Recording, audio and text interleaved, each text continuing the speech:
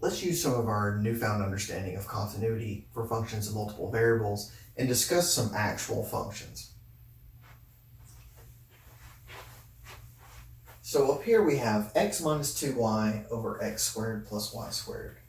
And since it's already a fraction, you can think about it as this being your f of xy and this being your g of xy. So we can think about their continuity individually. The first one is x minus 2y. Well, there's no real things to worry about from a continuity standpoint because the limits are defined everywhere for x minus 2y. They're very standard functions, no problem. And similarly, x squared plus y squared, everything's defined, no issues at all with the g function.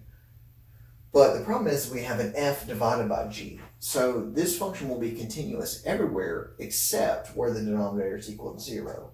But x squared is positive except when x is 0. Y squared is positive except when y is 0. So this is continuous. So what that tells me is at the point 0, 0, this bottom is 0. So this function here, this composite function, is continuous everywhere except at 0, 0.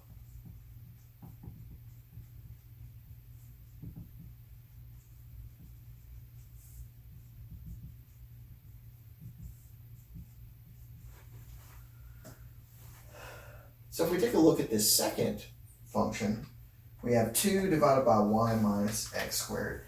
So you could think of that almost as like this is your f and that's your g.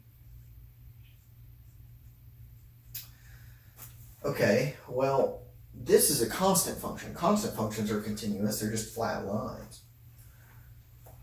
But this function, y minus x squared, so we need to figure out where y minus x squared would be equal to 0. So we can do that by setting up a relationship y minus x squared equals 0. Or y equals x squared. So what that tells me is that anywhere where this relationship holds, the function is not continuous.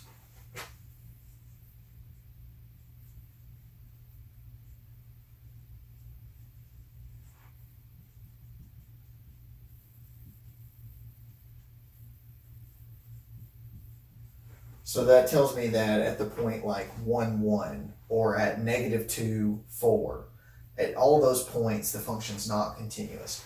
Now, I tried to graph this before videoing to try to graph this particular function. It didn't go well. I didn't feel like it demonstrated very well what I was trying to project, but I would strongly recommend taking this, plugging this into a computer algebra system and showing that, and it becomes very clear that it breaks it up into 2 pieces, and those pieces are kind of delineated by this.